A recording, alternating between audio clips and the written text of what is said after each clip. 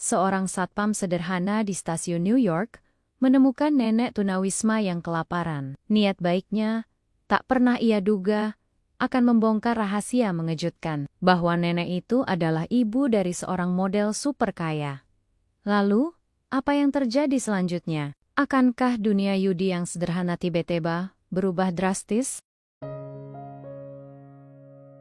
Pagi itu, udara di kota New York terasa begitu renyah, membawa serta aroma kopi dari kedai-kedai di sudut jalan dan sedikit sisa embun malam yang masih menempel di dedaunan pohon. Yudi, dengan seragam satpam berwarna biru gelapnya yang sedikit lusuh namun rapi, berdiri tegak di salah satu sudut stasiun Grand Central. Sudah hampir 8 tahun ia mengabdikan dirinya di negeri Paman Sam ini, jauh dari kampung halaman di Jawa. 8 tahun yang penuh perjuangan, keringat, dan rindu yang tak pernah padam. Gajinya sebagai satpam memang tak seberapa, hanya cukup untuk makan sehari-hari, membayar sewa kamar kecil di pinggiran kota, dan sesekali mengirim uang untuk keluarga di Indonesia. Namun, Yudi tak pernah mengeluh. Ia selalu percaya, setiap tetes keringat yang jatuh adalah bagian dari doa, bagian dari ikhtiar untuk masa depan yang lebih baik. Rutinitas paginya selalu sama.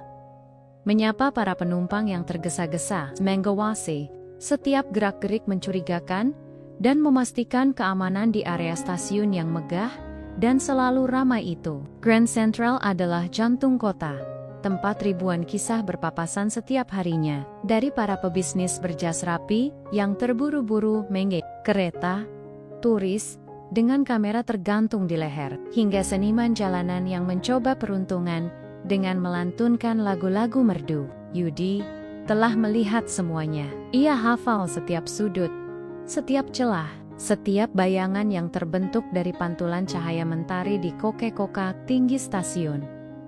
Namun, pagi ini, ada sesuatu yang berbeda. Sebuah bayangan, lebih gelap, dan lebih statis, dari Payosannya, menarik perhatiannya. Di balik pilar marmer besar yang dingin, dekat dengan pintu masuk menuju peron kereta api lokal, Yudi melihat sesosok tubuh meringkuk. Awalnya, ia mengira itu hanya salah satu dari sekian banyak tunawisma yang mencari kehangatan di stasiun. Namun, ada sesuatu yang berbeda dari sosok ini. Gerakannya yang sangat minim, seolah-olah setiap napas adalah perjuangan, membuat hati Yudi tergerak. Ia melangkah perlahan mendekat. Langkahnya hati-hati, agar tidak mengejutkan. Semakin dekat, semakin jelas terlihat seorang nenek. Rambutnya putih akaki-koken, wajahnya keriput dalam, dan matanya terpejam rapat. Pakaiannya kompeng camping, berlapis-lapis, namun tak mampu menahan dinginnya lantai marmer. Bau apek dan debu melekat kuat pada dirinya. Di sampingnya, tergeletak sebuah tas kain usang yang terlihat kosong. Yudi merasakan gelombang iba yang kuat menghantam dadanya. Ini bukan sekadar tunawisma biasa. Nenek ini tampak sangat lemah, seolah-olah hidupnya hanya tinggal seutas benang. "Nenek," panggil Yudi pelan, suaranya berusaha selembut mungkin. Tidak ada respons. Ia mencoba lagi, sedikit lebih keras. "Nenek, apa kabar? Ada yang bisa saya bantu?" Perlahan, kelopak mata yang keriput itu terbuka. Sepasang mata biru yang dulu mungkin jernih, kini terlihat keruh dan kosong, menatap Yudi tanpa fokus. Ada jejak ketakutan di sana, atau mungkin kelelahan yang teramat sangat. Nenek itu mencoba menggerakkan tangannya, namun hanya mampu mengangkatnya. Sedikit sebelum kembali terjatuh lemas. Yudi melihat bibirnya yang pika-pika mencoba berucap, namun tak ada suara yang keluar. "Nenek lapar?" tanya Yudi. Hatinya teriris. Ia teringat ibunya di kampung. Teringat bagaimana ia selalu ingin memastikan ibunya makan dengan baik. Instingnya sebagai seorang anak, sebagai seorang manusia, mengambil alih. Ia tidak bisa membiarkan nenek ini tergeletak begitu saja. Ayah tahu, peraturan stasiun melarang tunawisma berdiam terlalu lama. Namun hati nuraninya lebih kuat dari sekadar aturan. Tanpa pikir panjang, Yudi meraih ponselnya.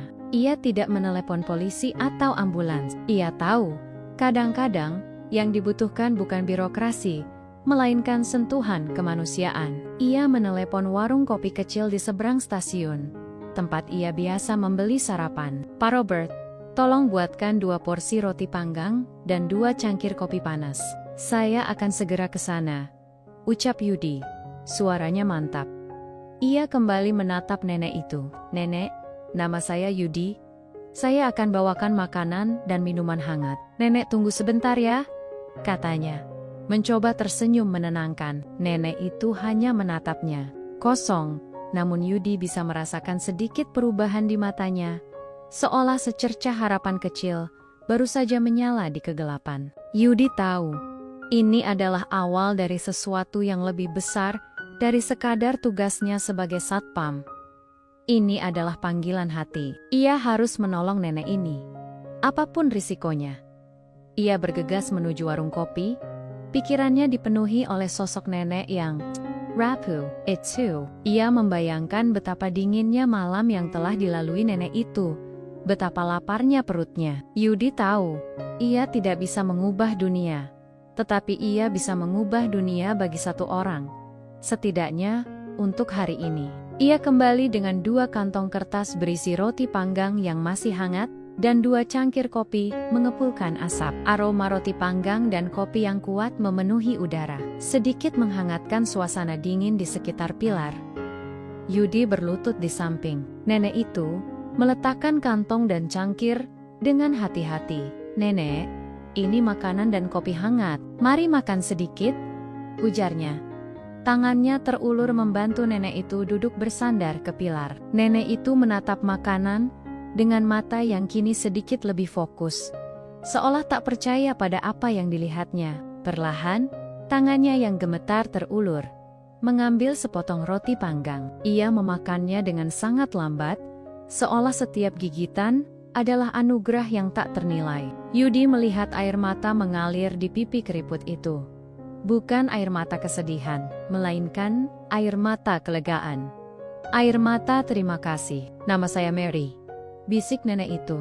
Suaranya serak dan nyaris tak terdengar. "Terima kasih, Nak," Yudi tersenyum. "Sama-sama, Nenek Mary." Di tengah hiruk-pikuk stasiun yang tak pernah tidur, di antara ribuan orang yang sibuk dengan urusan masing-masing, Yudi menemukan sebuah jiwa yang rapuh. Dan dalam proses menolongnya, ia merasakan kehangatan yang tak pernah ia rasakan sebelumnya. Di kota besar ini, ia tahu, ini bukan hanya tentang memberi makan. Ini tentang memberi harapan. Ini tentang melihat kemanusiaan di tempat yang paling tidak terduga. Dan Yudi, seorang TKI sederhana, siap untuk menjadi harapan itu. Setelah pertemuan tak terduga pagi itu, Yudi merasa ada beban baru di pundaknya. Namun, beban yang menyenangkan. Ia tidak bisa lagi mengabaikan Nenek Mary. Setiap kali ia melihatnya meringkuk di sudut stasiun, hatinya terasa terpilin. "See you, Kari." Pertama, Yudi memutuskan untuk menjadikan Mary bagian dari rutinitasnya. Setiap pagi, sebelum jam kerjanya dimulai, atau saat istirahat makan siangnya, Yudi selalu menyempatkan diri untuk menghampiri Mary. Ia membawakan makanan hangat, terkadang sup yang ia beli dari kantin stasiun, atau roti isi yang ia siapkan sendiri dari bekalnya. Ia juga selalu memastikan Mary mendapatkan kopi atau teh hangat, terutama saat cuaca mulai dingin. Awalnya, Mary sangat tertutup, matanya seringkali menunjukkan ketakutan. Seolah ia terbiasa diusir atau diabaikan. Ia hanya akan mengangguk atau menggelengkan kepala sebagai jawaban, dan suaranya jarang terdengar. Namun, Yudi tidak menyerah. Ia tahu bahwa kepercayaan tidak bisa dipaksakan, melainkan harus dibangun perlahan, satits demi satits, seperti air yang mengikis batu. Yudi tidak pernah bertanya banyak tentang masa lalu Mary.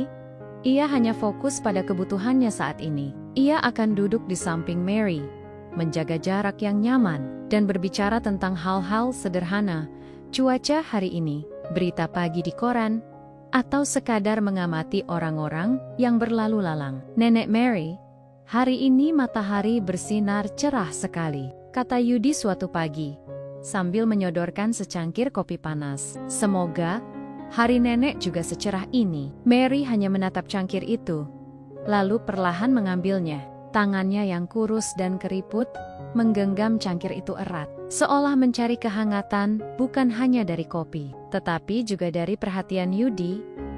Seiring berjalannya waktu, Mary mulai menunjukkan perubahan. Ia tidak lagi meringkuk di balik pilar yang sama setiap hari. Kadang-kadang, Yudi menemukannya duduk di bangku stasiun, mengamati keramaian dengan tatapan yang sedikit lebih hidup. Bibirnya yang dulu selalu terkatup rapat, kini sesekali tersenyum tipis saat Yudi datang. Ia bahkan mulai mengucapkan terima kasih dengan suara yang sedikit lebih jelas. Meskipun masih sangat pelan, Yudi menyadari bahwa Mary sangat sensitif terhadap dingin. Malam-malam di New York bisa menjadi sangat menusuk, terutama bagi seseorang yang tidur di jalanan. Ia mulai berpikir keras, bagaimana caranya memberikan Mary tempat berlindung yang lebih baik, setidaknya untuk malam hari.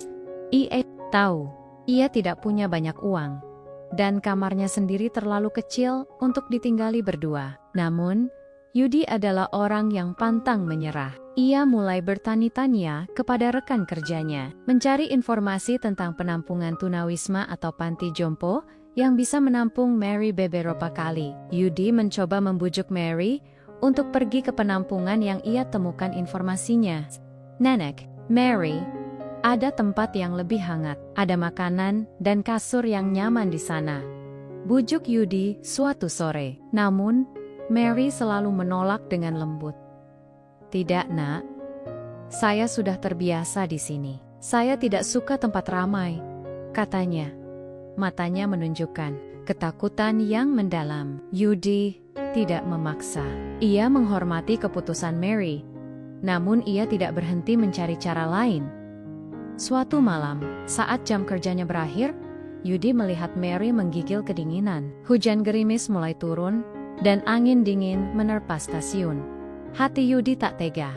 Ia tahu, ia harus melakukan sesuatu. Ia teringat pada sebuah gudang kecil di belakang stasiun tempat barang-barang tidak terpakai disimpan. Gudang itu jarang digunakan, dan kuncinya seringkali tergantung di dekat pos satpam. Dengan sedikit keberanian dan sedikit melanggar aturan, Yudi memutuskan untuk membawa Mary ke sana. "Nenek Mary, ikut saya, ada tempat yang lebih hangat di belakang," kata Yudi.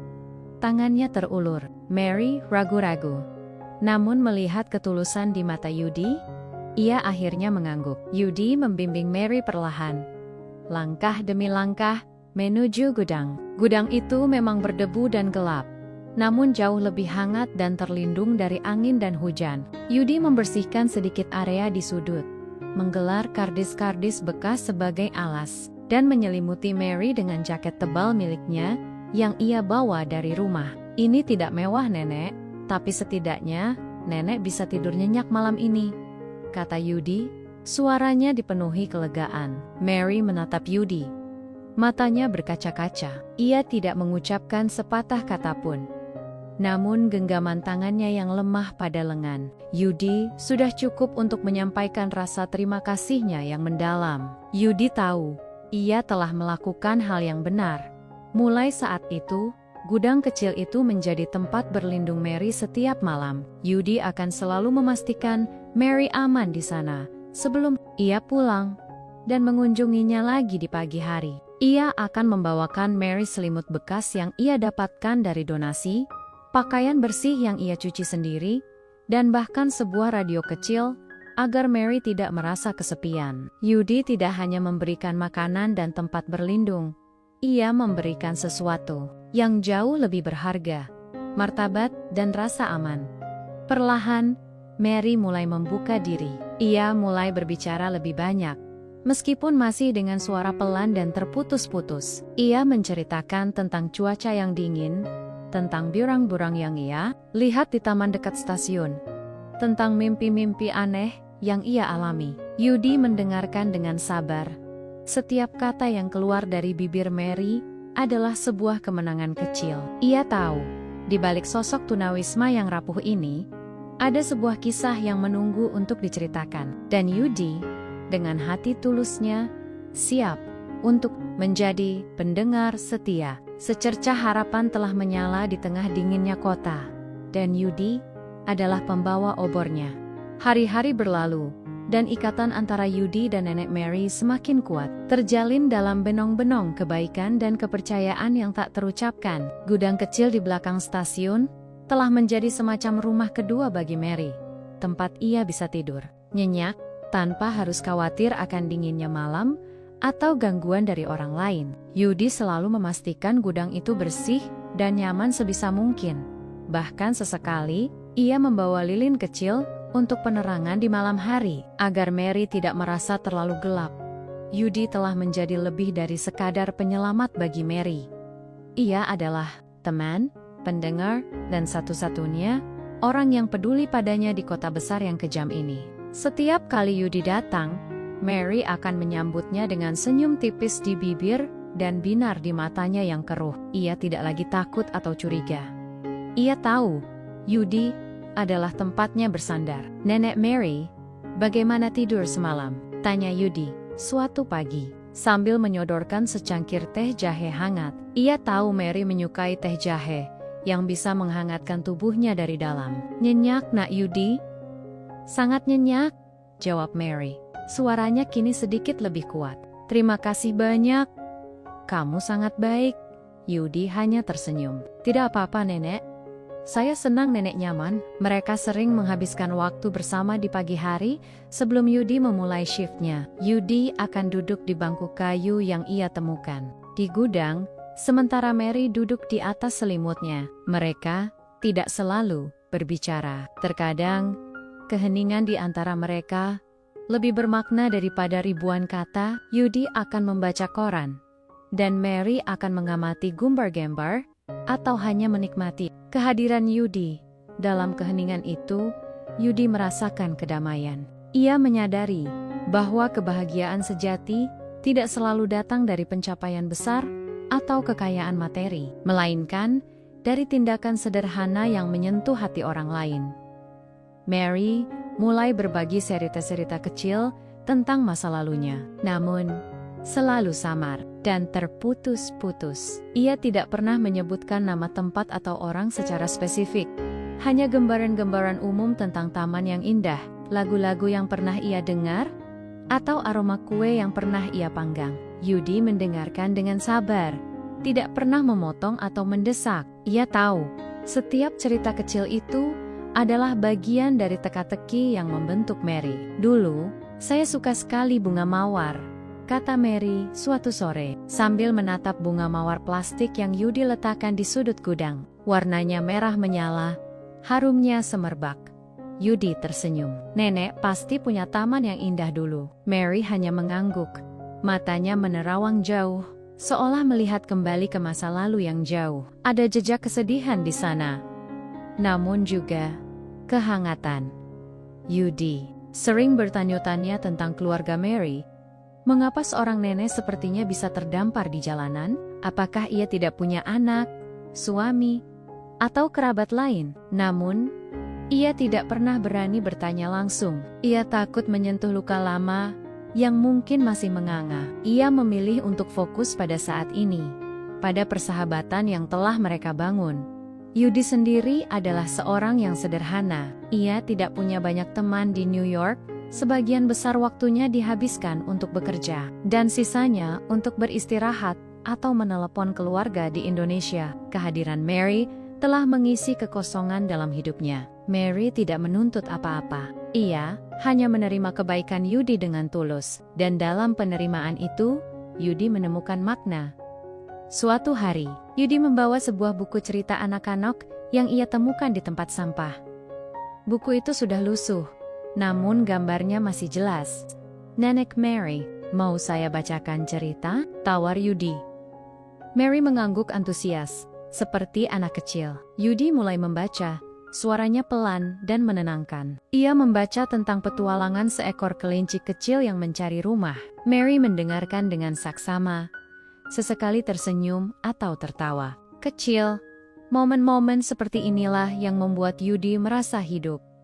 Ia tidak lagi merasa kesepian di tengah keramaian kota. Ia memiliki Mary, seorang nenek yang rapuh namun penuh cerita, yang telah ia selamatkan dari dinginnya jalanan. Dan Mary, ia memiliki Yudi, seorang pemuda asing, yang telah memberinya harapan dan kehangatan. Persahabatan mereka tumbuh dalam diam, dalam setiap tatapan mata, setiap senyuman, setiap tindakan kebaikan yang sederhana, di tengah hiruk-pikuk stasiun Grand Central, di antara ribuan orang yang sibuk mengejar mimpi dan ambisi. Yudi dan Mary telah menciptakan sebuah oase kecil kehangatan, sebuah bukti bahwa kemanusiaan masih ada, bahkan di tempat yang paling tidak terduga. Yudi tidak tahu apa yang akan terjadi di masa depan, atau rahasia apa lagi yang mungkin disimpan Mary. Namun, satu hal yang ia tahu pasti, ia tidak akan pernah meninggalkan nenek Mary. Ia akan terus menjadi teman setianya, pilar kekuatan bagi jiwa yang rapuh itu. Dan dalam prosesnya, Yudi menemukan bahwa memberi adalah menerima, dan bahwa kebaikan hati adalah mata uang yang paling berharga di dunia ini. Seiring waktu, Mary semakin nyaman dengan kehadiran Yudi. Ia tidak lagi hanya tersenyum atau mengangguk, tetapi mulai berbicara lebih banyak. Meskipun masih dengan suara pelan dan sering terputus-putus, Yudi menyadari bahwa di balik setiap kalimat yang Mary ucapkan, ada bisikan masa lalu yang tersembunyi. Sebuah kisah yang belum terungkap sepenuhnya. Mary seringkali termenung, tatapannya kosong menerawang, seolah sedang berlayar jauh ke dalam samudera ingatannya. Yudi bisa merasakan ada beban berat yang dipikul nenek itu. Sebuah luka lama yang belum sembuh. Suatu sore, saat Yudi sedang membersihkan gudang, Mary tiba-tiba berkata, "Dulu, saya punya rumah yang sangat besar, Nak Yudi, dengan taman yang luas dan kolam ikan." Suaranya terdengar melankolis, penuh kerinduan. Yudi berhenti menyapu, menatap Mary. "Benarkah, Nenek? Pasti indah sekali." Mary mengangguk. Senyum tipis terukir di bibirnya. Namun, matanya memancarkan kesedihan. Sangat indah. Ada banyak bunga mawar di sana, dan pohon-pohon tinggi yang rindang. Ia terdiam sejenak, lalu melanjutkan. "Tapi, itu sudah lama sekali. Sangat lama." Yudi tidak bertanya lebih jauh. Ia tahu Mary akan bercerita jika ia sudah siap. Ia hanya mendengarkan, membiarkan Mary mengeluarkan apapun yang ingin ia bagi. Mary seringkali berbicara tentang musik klasik, tentang opera yang pernah ia tonton, atau tentang lukisan-lukisan indah yang pernah ia lihat. Hal-hal ini sangat kontras dengan kehidupannya sekarang sebagai tunawisma. Yudi semakin yakin Mary bukan orang sembarangan. Ada sesuatu yang besar yang terjadi di masa lalunya.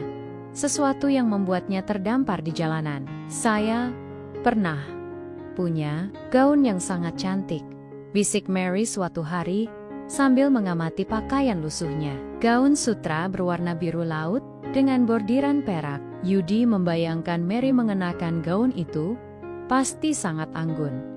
Pasti nenek terlihat sangat cantik dengan gaun itu. Mary tersenyum pahit. Itu dulu sekali. Sebelum semuanya berubah. Kata berubah itu sering muncul dalam percakapan Mary. Perubahan? Apa? Yudi bertanya-tanya. Apakah itu perubahan nasib, perubahan hubungan, atau perubahan diri? Ia tidak tahu. Mary tidak pernah memberikan detail yang cukup. Ia hanya akan memberikan potenggen-potenggen kecil dari teka-teki masa lalunya. Seperti serpihan kaca yang berserakan, menunggu untuk disatukan. Yudi mencoba mencari petunjuk dari barang-barang Mary. Namun, ia tidak menemukan apa-apa selain tas kain usangnya yang berisi beberapa helai pakaian kotor dan sebuah sisir patah. Mary tidak pernah membawa foto atau benda berharga lainnya, seolah-olah ia telah meninggalkan semua jejak masa lalunya. Di belakang, suatu malam, Yudi menemukan Mary menangis dalam tidurnya. Ia menggumamkan nama seseorang, namun Yudi tidak bisa menangkapnya dengan jelas. Ia mendekat, mencoba menenangkan Mary. Nenek kenapa?" Mary terbangun. matanya basah oleh air mata. Mimpi buruk, Nak Yudi, bisiknya. Mimpi tentang masa lalu. Ia tidak mau menceritakan mimpinya, hanya menggelengkan kepala. Yudi hanya bisa memegang tangannya, memberikan kekuatan. Kejadian itu membuat Yudi semakin yakin bahwa Mary menyimpan rahasia besar. Rahasia yang mungkin menyakitkan, yang membuatnya memilih hidup di jalanan daripada menghadapi masa lalunya. Yudi merasa iba, namun juga penasaran. Ia ingin membantu Mary menyembuhkan luka-lukanya. Apapun itu, Yudi mulai mencari informasi di internet tentang orang hilang atau keluarga yang mencari kerabat. Ia tidak punya banyak petunjuk, hanya nama Mary dan beberapa gambaran samar tentang masa lalunya yang mewah. Ia mengetikkan kata kunci seperti wanita kaya hilang, keluarga mencari, namun hasilnya nihil. New York adalah kota besar, dengan jutaan cerita yang hilang di antara gedung-gedung pencakar langitnya. Meskipun demikian, Yudi tidak menyerah. Ia tahu bahwa Mary membutuhkan seseorang untuk membantunya menghadapi masa lalunya. Apapun itu, ia telah menjadi pilar bagi Mary. Dan ia tidak akan goyah. Ia akan terus mendengarkan, terus mendukung, dan terus berharap bahwa suatu hari nanti, Mary akan merasa cukup aman untuk mengungkapkan seluruh kebenaran. Bisikan masa lalu Mary yang tersembunyi di balik luka-luka itu telah menciptakan ketegangan baru dalam hubungan mereka. Yudi tidak lagi hanya sekadar memberikan bantuan fisik, tetapi juga dukungan emosional yang mendalam. Ia tahu perjalanan Mary belum berakhir. Ada babak penting yang menunggu untuk dibuka. Dan Yudi, dengan kesabaran dan ketulusannya, siap untuk menemaninya. Ia merasakan bahwa takdir telah mempertemukan mereka bukan tanpa alasan. Ada sebuah tujuan yang lebih besar di balik pertemuan tak terduga di stasiun itu. Dan Yudi, seorang TKI sederhana, siap untuk menghadapi apapun yang akan datang. Demi nenek Mary yang telah menjadi bagian dari hidupnya. Senja itu, langit New York diwarnai jingga keemasan, memantulkan cahaya lembut ke gudang-gedang tinggi, menciptakan siluet yang memesona. Yudi dan nenek Mary duduk di bangku panjang di taman kecil dekat stasiun, tempat Yudi sering membawanya untuk menghirup udara segar dan melihat pepohonan. Mary terlihat lebih tenang hari ini. Tatapannya tidak lagi kosong, melainkan dipenuhi kehangatan saat ia mengamati anak-anak yang bermain di kejauhan. Yudi merasakan ada sesuatu yang berbeda pada Mary. Ada semacam aura kesiapan. Siala, ia telah mengambil keputusan besar. Ia tidak salah. Setelah beberapa saat hening, Mary menoleh ke arah Yudi. Matanya menatap Yudi dalam-dalam, seolah mencari kekuatan dan keberanian. "Nak Yudi," kata Mary. Suaranya lebih jelas dan mantap dari biasanya, membuat Yudi sedikit terkejut. "Ada sesuatu yang harus saya ceritakan kepadamu. Sesuatu yang sangat penting." Yudi mengangguk. Hatinya berdebar. Ia tahu, inilah saatnya. Saat Mary akan mengungkapkan rahasia yang selama ini ia simpan. "Saya siap mendengarkan, Nenek." Mary napas panjang, seolah mengumpulkan seluruh keberaniannya. "Nama lengkap saya, Mary Elizabeth Thompson." Ia memulai, dan nama itu terdengar begitu asing di telinga Yudi, begitu elegan, begitu berbeda dari sosok Mary yang ia kenal. "Saya bukan tunawisma biasa, Nak Yudi.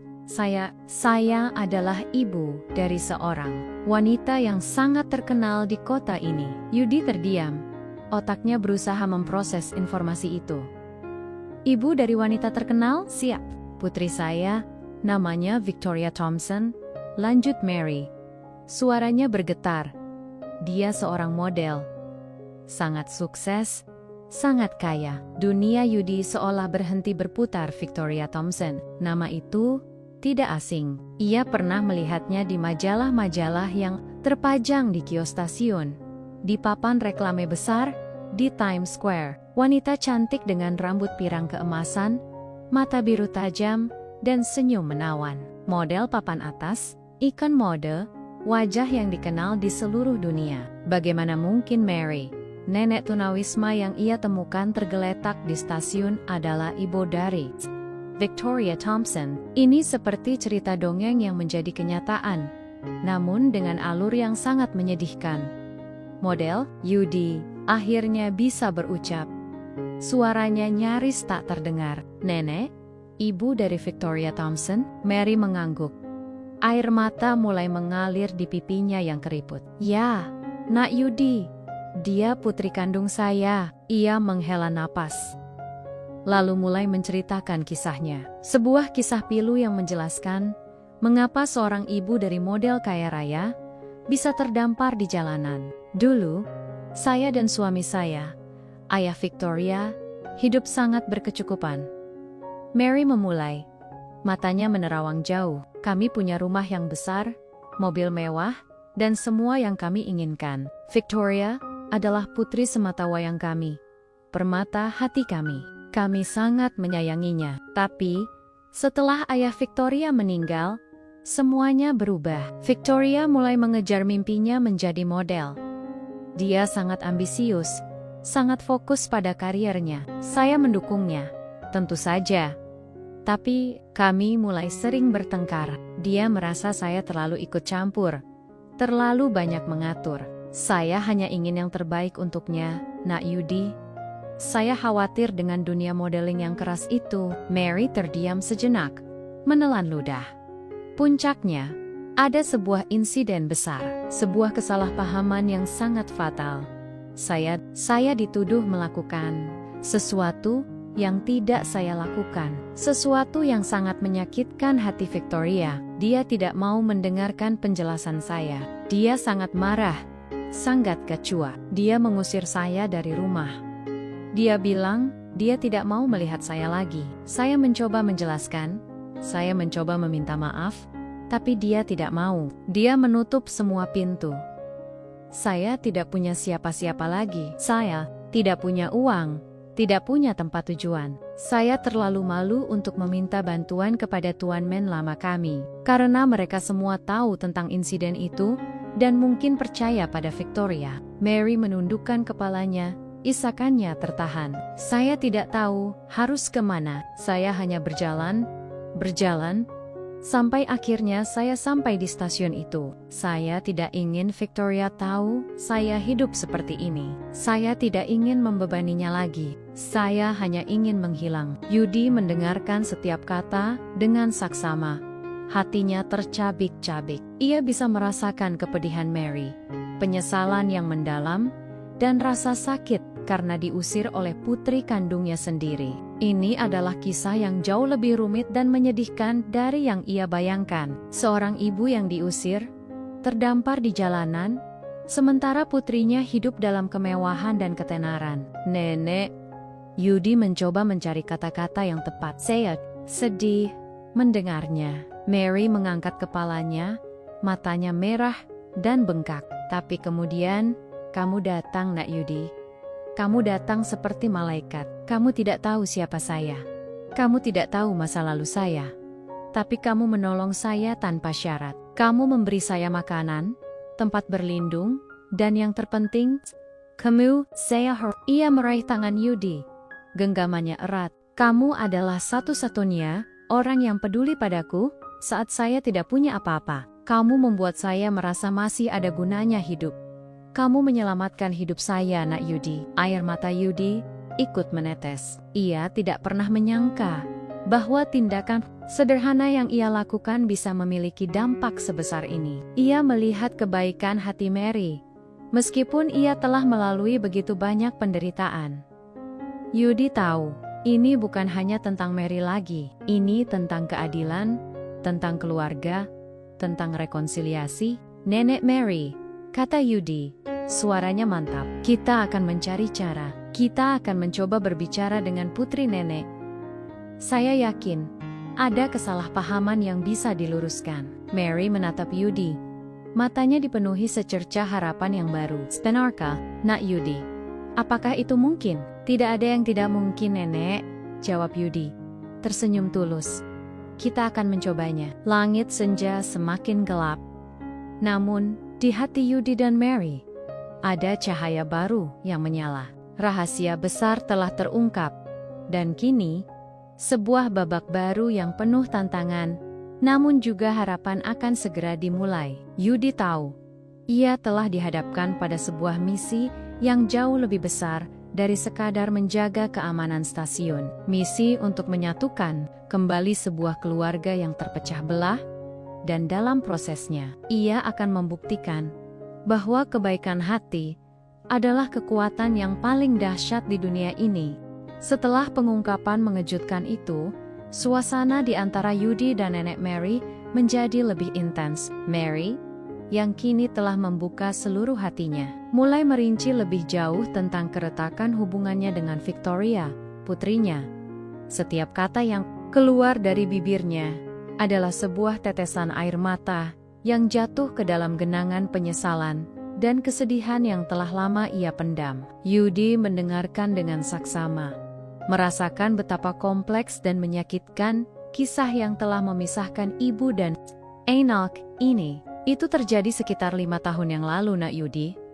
Mary memulai, suaranya bergetar saat ia mengingat kembali masa lalu. Victoria baru saja menandatangani kontrak besar dengan agensi model internasional. Dia sangat bahagia, dan saya juga. Tapi, saya selalu khawatir dengan lingkungan modeling yang penuh tekanan dan persaingan. Saya sering menasihatinya untuk berhati-hati, untuk tidak terlalu percaya pada orang lain. Mungkin saya terlalu berlebihan, terlalu protektif. Mary menarik napas dalam-dalam.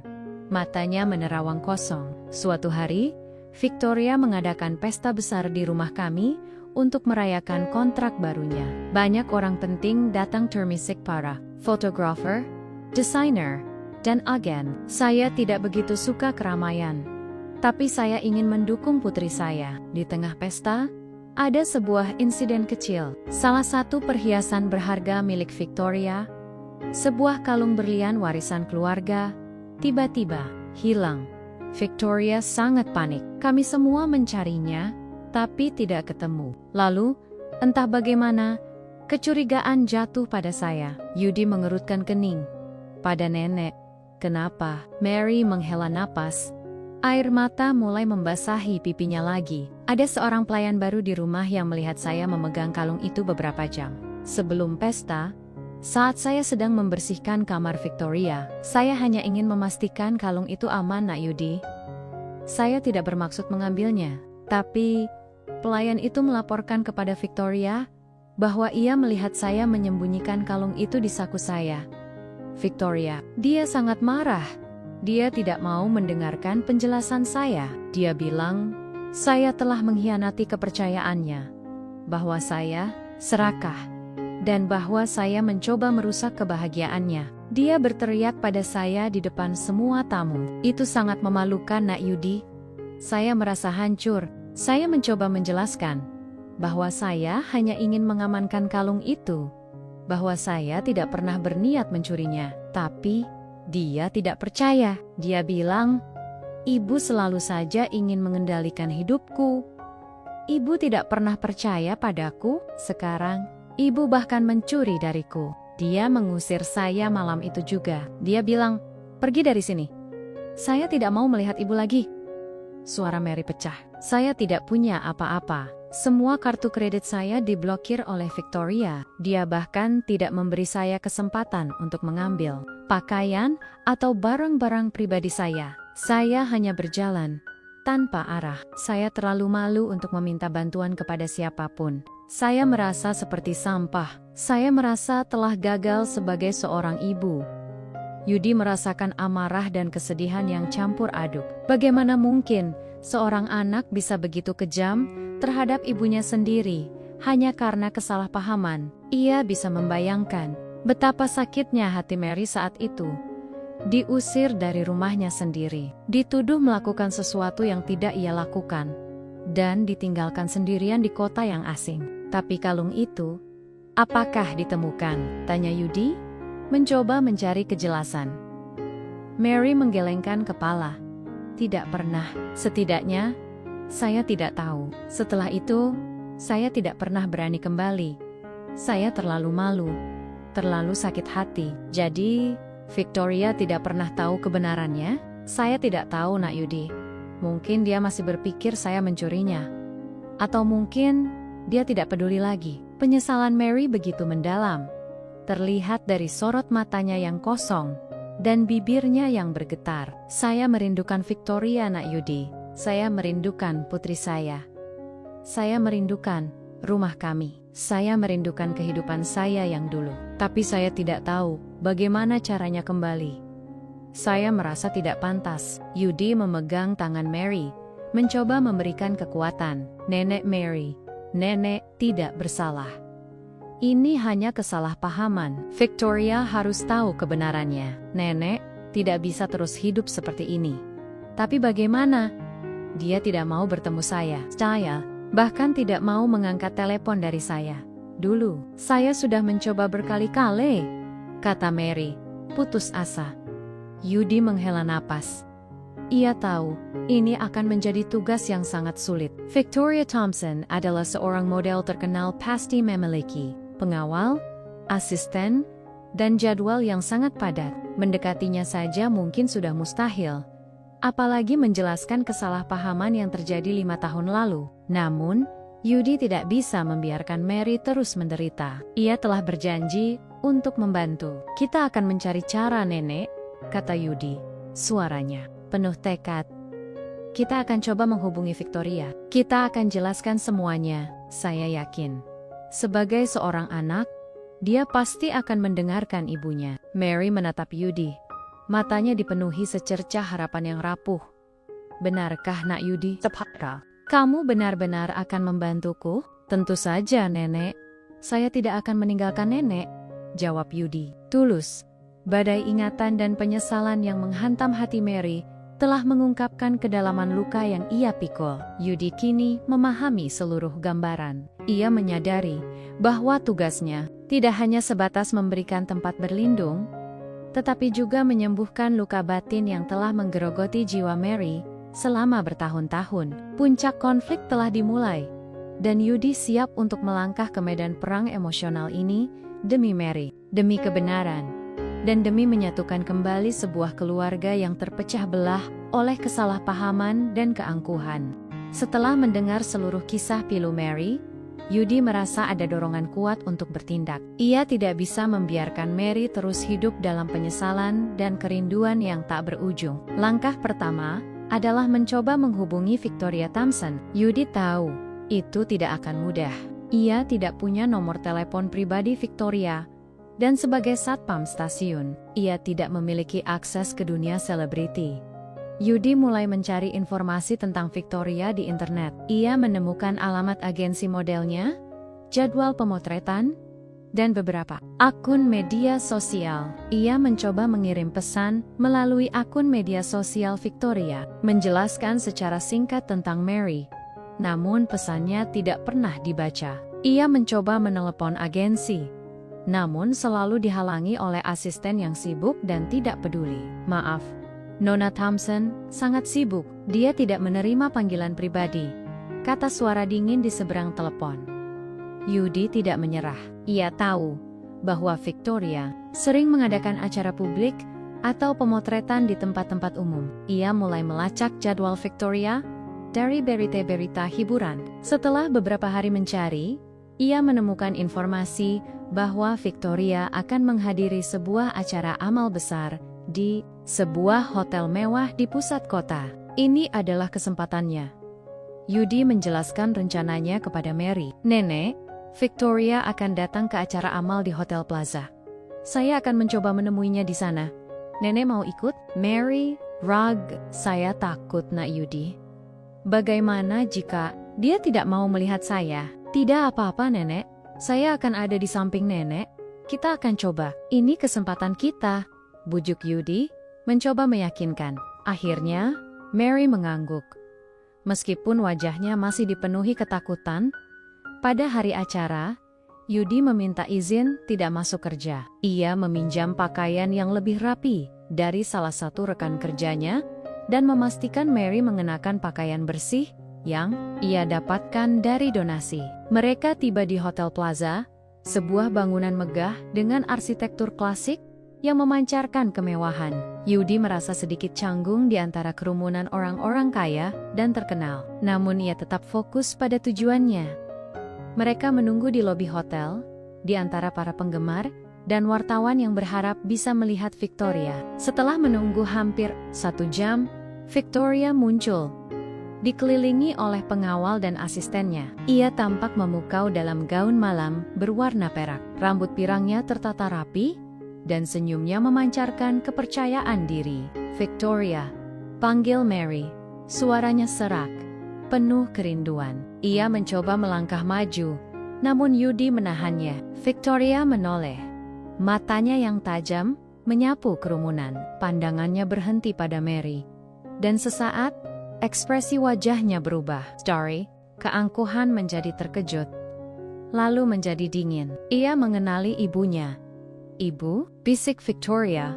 Suaranya nyaris tak terdengar, namun penuh nada tidak percaya dan sedikit kemarahan. Para pengawal Victoria segera bergerak maju, mencoba menghalangi. "Mary, maaf, Nona Thompson tidak menerima tamu tak diundang," kata salah satu pengawal, mencoba mendorong Mary. "Tunggu!" teriak Yudi, melangkah maju. "Dia ibunya, Nona Thompson. Tolong dengarkan kami sebentar." Victoria menatap Yudi dengan tatapan tajam. "Siapa kamu? Dan mengapa ibu bersamanya?" "Saya Yudi. Saya yang menolong ibu Nona," jawab Yudi, mencoba tetap tenang. "Ada kesalahpahaman yang harus diluruskan, Nona." Victoria tertawa sinis. "Kesalahpahaman?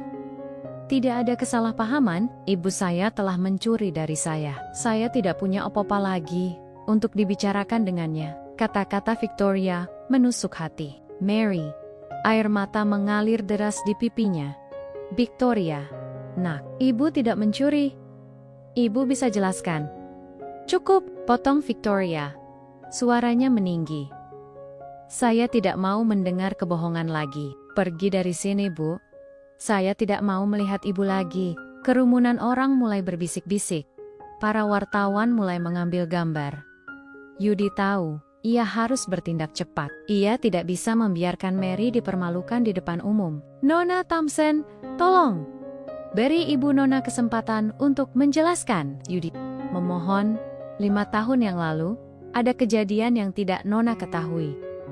Kalung itu bukan seperti yang Nona kira. Victoria menatap Yudi dengan tatapan curiga.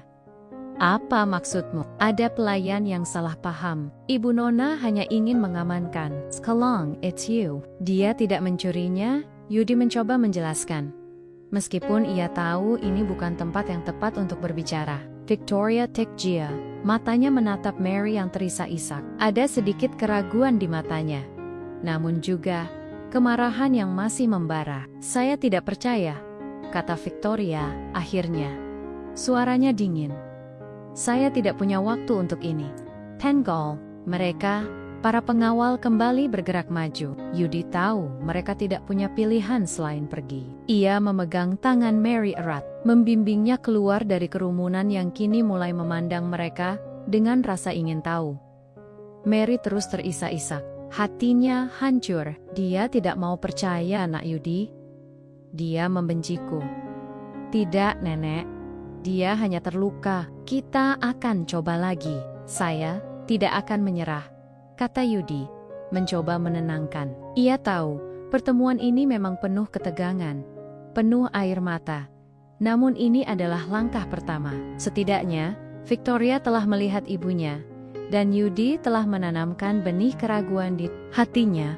Puncak konflik telah mencapai puncaknya, dan kini, saatnya untuk mencari jalan menuju rekonsiliasi. Yudi tahu, perjuangan ini belum berakhir.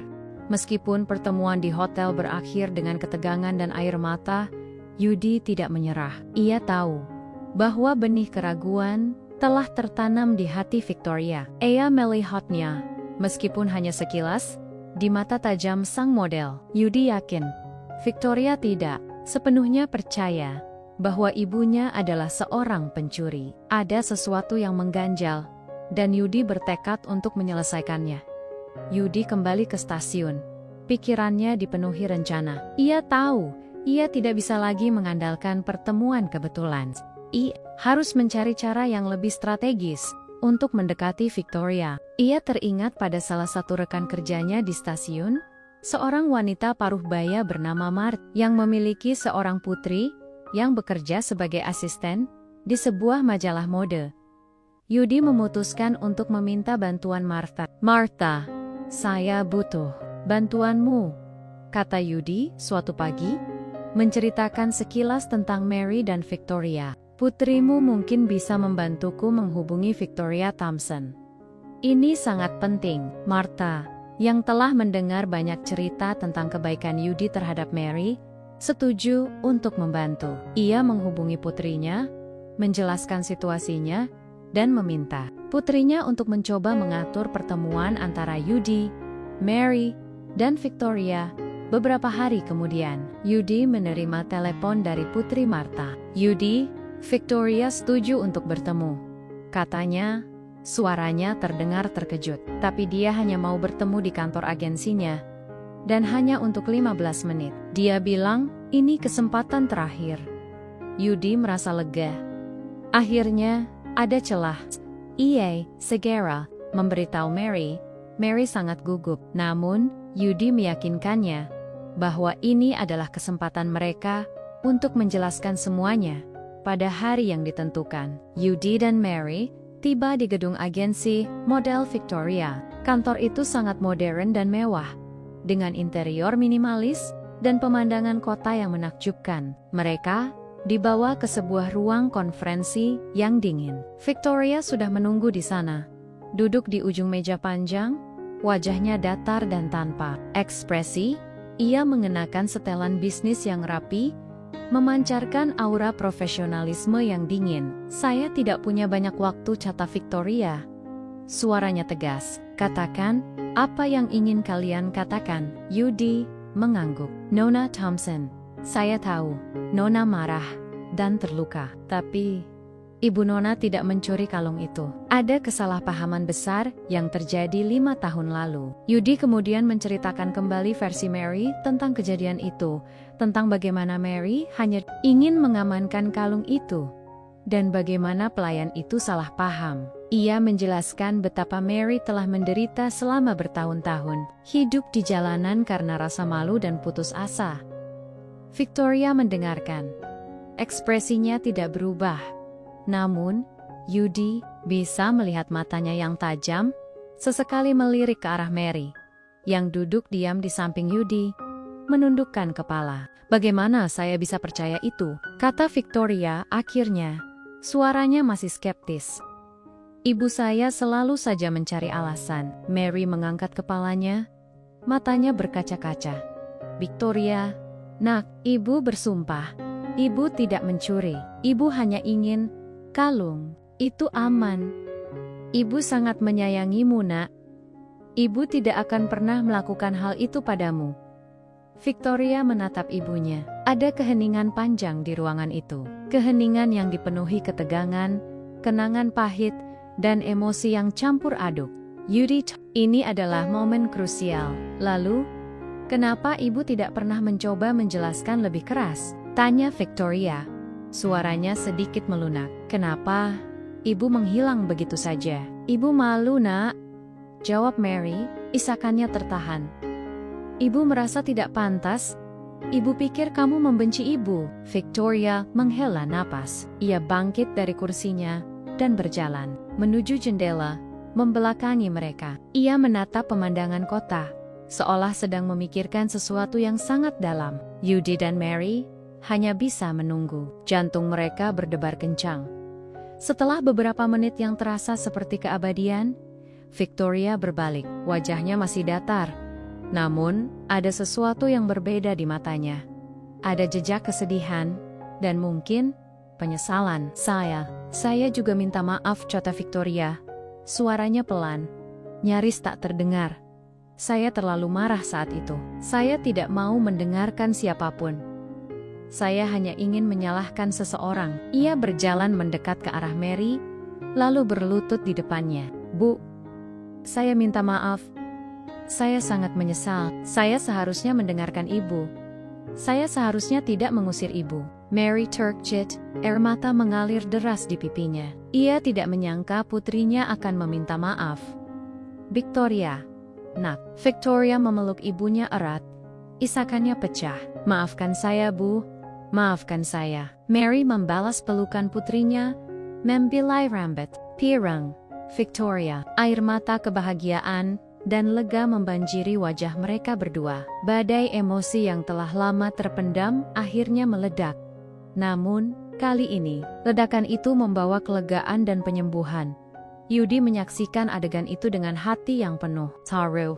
Ia telah berhasil. Ia telah menjadi jembatan rekonsiliasi bagi ibu dan anak ini. Ia melihat bagaimana Victoria, yang tadinya dingin dan angkuh, kini menjadi seorang putri yang rapuh, merindukan kasih sayang ibunya. Dan Mary, yang tadinya putus asa, kini menemukan kembali kebahagiaan yang telah lama hilang.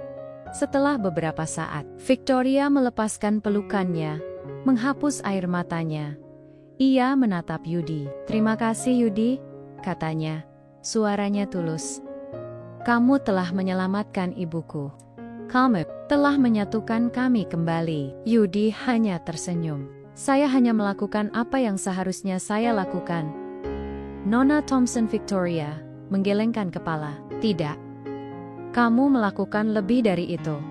Kamu memiliki hati yang sangat baik." Puncak konflik telah mencapai klimaksnya, dan kini menuju resolusi yang mengharukan. Jembatan rekonsiliasi telah dibangun, dan di atasnya, Mary dan Victoria melangkah menuju babak baru dalam hidup mereka. Dipersatukan kembali oleh kekuatan cinta dan pengorbanan seorang TKI sederhana bernama Yudi. Setelah pertemuan yang penuh emosi di kantor agensi, kehidupan Mary berubah drastis. Victoria membawa ibunya kembali ke rumah. Ke rumah besar yang dulu pernah Mary tinggali. Rumah itu masih sama indahnya, dengan taman yang luas dan kolam ikan. Yang Journey, persis seperti yang Mary ceritakan kepada Yudi. Victoria memastikan ibunya mendapatkan perawatan terbaik, mulai dari dokter pribadi, perawat, hingga semua kebutuhan yang Mary perlukan. Mary tidak lagi tidur di gudang yang dingin, melainkan di kamar tidur yang mewah, dengan kasur empuk dan pemandangan kota yang menakjubkan. Kebahagiaan Mary terlihat jelas di setiap gerak-geriknya. Senyumnya kini selalu terukir di bibirnya, dan matanya yang dulu keruh kini memancarkan binar kebahagiaan. Ia seringkali menghabiskan waktu di taman, merawat bangga-bangga mawar yang dulu sangat ia cintai. Ia juga mulai kembali melukis, hobinya yang telah lama ia tinggalkan. Victoria, di sela-sela kesibukannya sebagai model, selalu menyempatkan diri untuk menghabiskan waktu bersama ibunya. Mereka sering berbicara berjam-jam, meluruskan kesalahpahaman masa lalu, dan membangun kembali ikatan ibu dan anak yang sempat putus. Meskipun Mary telah kembali ke kehidupannya yang mewah, ia tidak pernah melupakan Yudi. Setiap hari, Mary akan menelepon Yudi, hanya untuk menanyakan kabarnya, atau sekadar mengucapkan terima kasih lagi. "Nak Yudi, kamu adalah malaikatku. Tanpa kamu, saya tidak akan pernah bisa kembali ke sini," kata Mary suatu hari di telepon. Suaranya penuh haru. Yudi selalu tersenyum setiap kali mendengar suara Mary. "Saya senang nenek bahagia. Itu sudah cukup bagi saya." Victoria juga sering menghubungi Yudi. Awalnya, ia hanya menelepon untuk mengucapkan terima kasih atas apa yang telah Yudi lakukan untuk ibunya. Namun, seiring waktu, percakapan mereka mulai meluas. Victoria mulai bertanya tentang kehidupan Yudi, tentang mimpinya, tentang keluarganya di Indonesia. Ia terpesona oleh ketulusan, kesederhanaan, dan kebaikan hati Yudi. Ia telah bertemu banyak pria kaya dan berkuasa dalam hidupnya, namun tidak ada yang memiliki hati sebersih dan setulus Yudi. Victoria sering datang menjenguk Yudi di stasiun, bahkan sesekali membawakannya makan siang. Ia tidak peduli dengan pandangan orang lain yang mungkin heran melihat seorang model terkenal berinteraksi dengan seorang satpam. Ia melihat Yudi bukan sebagai satpam, melainkan sebagai seorang pahlawan yang telah menyelamatkan ibunya dan menyatukan kembali keluarganya. Yudi, saya tidak tahu bagaimana harus membalas kebaikanmu, kata Victoria suatu sore. Saat mereka duduk di bangku taman dekat stasiun, kamu telah memberikan segalanya bagi ibu saya. Dan bagi saya? Yudi tersenyum. Tidak perlu dibalas, Nona. Victoria. Saya melakukannya dengan tulus. Tapi saya ingin, kata Victoria. Matanya menatap Yudi dalam-dalam. Saya ingin melakukan sesuatu untukmu. Victoria mulai menawarkan bantuan kepada Yudi. Ia menawarkan untuk membiayai pendidikan Yudi, agar ia bisa mendapatkan pekerjaan yang lebih baik. Ia menawarkan untuk membantu keluarga Yudi di Indonesia. Namun, Yudi selalu menolak dengan halus. Ia tidak ingin dimanfaatkan. Dan ia tidak ingin kebaikannya terlihat seperti mengharapkan imbalan. Saya hanya ingin Nenek Mary bahagia, Nona Victoria, kata Yudi. Itu sudah lebih dari cukup bagi saya. Victoria semakin mengagumi Yudi. Ia melihat bahwa Yudi benar-benar tulus. Tidak ada pamrih di balik tindakannya. Ia adalah pria langka di dunia yang penuh kepalsuan ini. Mary, yang melihat kedekatan antara Yudi dan Victoria, diam-diam merasa bahagia. Ia melihat bagaimana putrinya yang dulu angkuh dan dingin, kini menjadi lebih lembut dan hangat. Yudi telah membawa perubahan besar dalam hidup Victoria, bukan hanya dalam hubungannya dengan ibunya, tetapi juga dalam dirinya sendiri. Mary mulai memiliki ide, sebuah ide gila yang mungkin bisa membalas kebaikan Yudi dengan cara yang paling tidak terduga. Kehidupan Yudi yang sederhana mulai berubah menjadi lebih baik, bukan karena kekayaan atau ketenaran, melainkan karena ia telah menemukan makna dalam hidupnya. Ia telah menjadi bagian dari sebuah keluarga. Keluarga Mary dan Victoria, yang kini menganggapnya sebagai bagian dari mereka. Rasa terima kasih yang mendalam dari Mary dan Victoria telah mengisi hatinya dengan kebahagiaan yang tak terhingga. Ia tahu, ia telah membuat keputusan yang benar saat ia memutuskan untuk menolong seorang nenek tunawisma di stasiun itu. Dan kini, takdir seolah sedang menyiapkan kejutan lain untuknya. Kejutan yang akan mengubah seluruh hidupnya. Hubungan antara Yudi dan Victoria semakin dekat. Mereka sering menghabiskan waktu bersama, berbicara tentang banyak hal, dari mimpi dan ambisi, hingga hal-hal sederhana dalam hidup. Victoria menemukan bahwa Yudi adalah pria yang cerdas, berwawasan luas, dan memiliki selera humor yang baik. Ia tidak hanya terpesona oleh kebaikan hati Yudi, tetapi juga oleh kepribadiannya yang menarik. Victoria, seorang wanita yang terbiasa dikelilingi oleh kemewahan dan pria-pria kaya, mulai merasakan sesuatu yang berbeda terhadap Yudi. Perasaan yang tulus, yang tidak didasari oleh status atau kekayaan. Mary, yang mengamati kedekatan mereka, tersenyum dalam hati. Ia tahu, putrinya telah menemukan pria yang tepat. Seorang pria yang tidak akan pernah menyakitinya, seorang pria yang akan selalu mencintainya dengan tulus. Mary memutuskan untuk mengambil langkah berani. Suatu malam, saat Yudi sedang menjenguk Mary di rumah Victoria, Mary memanggil mereka berdua. Yudi, Victoria, ada yang ingin ibu bicarakan dengan kalian, kata Mary. Wajahnya berseri-seri. Yudi dan Victoria duduk di sofa, menatap Mary dengan rasa ingin tahu. Yudi, Mary memulai, menatap Yudi dengan penuh kasih sayang. Kamu telah melakukan begitu banyak untuk ibu. Kamu telah menyelamatkan hidup ibu. Kamu telah menyatukan ibu dengan putri ibu. Ibu tidak tahu bagaimana harus membalas kebaikanmu. Yudi tersenyum. Tidak perlu dibalas, Nenek Mary. Tapi ibu ingin, kata Mary, lalu ia menoleh ke arah Victoria. Victoria, nak, kamu tahu betapa ibu menyayangi Yudi. Dia adalah pria yang baik, tulus, dan berhati mulia. Ibu tidak pernah melihatmu sebahagia ini sejak kamu bertemu dengannya. Victoria menunduk, pipinya sedikit merona. Ibu ingin kamu dan Yudi menikah, kata Mary.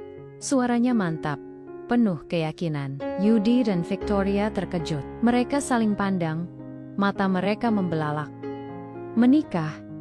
Ini adalah kejutan yang sangat besar. Yudi, seorang TKI sederhana, menikah dengan Victoria Thompson, seorang model terkenal dan kaya raya. Ini seperti mimpi yang terlalu indah untuk menjadi kenyataan. Bu, apa yang ibu katakan? Victoria akhirnya bisa berucap.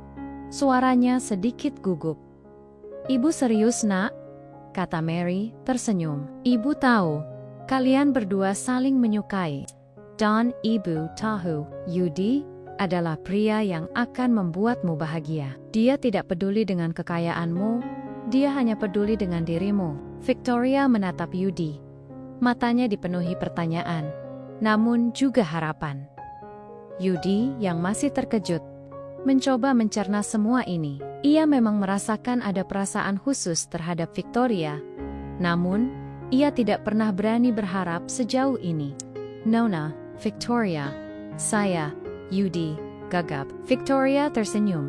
Senyum yang tulus dan mempesona. Yudi, maukah kamu menikah denganku? Yudi tidak bisa berkata-kata. Ia melihat ketulusan di mata Victoria, dan ia tahu, ini bukan lelucon. Ini adalah takdir. Ya, kata Yudi akhirnya, suaranya mantap. Dipenuhi kebahagiaan yang meluap-luap. Saya mau. Mary bertepuk tangan. Air mata kebahagiaan mengalir di pipinya. Ia telah berhasil. Ia telah membalas kebaikan Yudi dengan cara yang paling indah.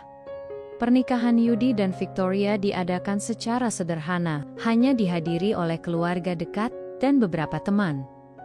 Victoria tidak ingin kemewahan atau sorotan media. Ia hanya ingin merayakan cinta mereka dengan orang-orang yang mereka cintai. Yudi mengenakan setelan jas yang rapi. Victoria tampak memukau dalam gaun putih sederhana namun elegan. Mary duduk di barisan depan. Matanya berkokok-koko menyaksikan putrinya menikah dengan pria yang telah menyelamatkan hidupnya. Dari seorang TKI sederhana yang bekerja sebagai satpam di stasiun, Yudi kini memulai babak baru dalam hidupnya. Ia adalah suami dari seorang model terkenal, menantu dari seorang wanita yang ia selamatkan dari jalanan. Kehidupannya berubah 180 derajat. Namun satu hal yang tidak pernah berubah adalah hati Yudi yang tulus dan rendah hati. Ia tetap menjadi Yudi yang sama, yang selalu siap menolong orang lain tanpa mengharapkan imbalan. Kisah Yudi dan Mary menjadi bukti bahwa kebaikan hati adalah kekuatan yang paling dahsyat di dunia ini. Sebuah tindakan sederhana yang didasari rasa iba dapat mengubah takdir seseorang, menyatukan kembali keluarga yang terpecah belah, dan bahkan membawa cinta yang tak terduga. Yudi, seorang pahlawan tanpa tanda jasa, telah membuktikan bahwa kekayaan sejati bukanlah tentang harta benda, melainkan tentang hati yang tulus dan jiwa yang penuh kasih. Dan di bawah langit New York yang megah, sebuah kisah cinta yang dimulai dari sebuah pertemuan tak terduga di stasiun, kini telah menemukan akhir yang bahagia dan awal yang baru.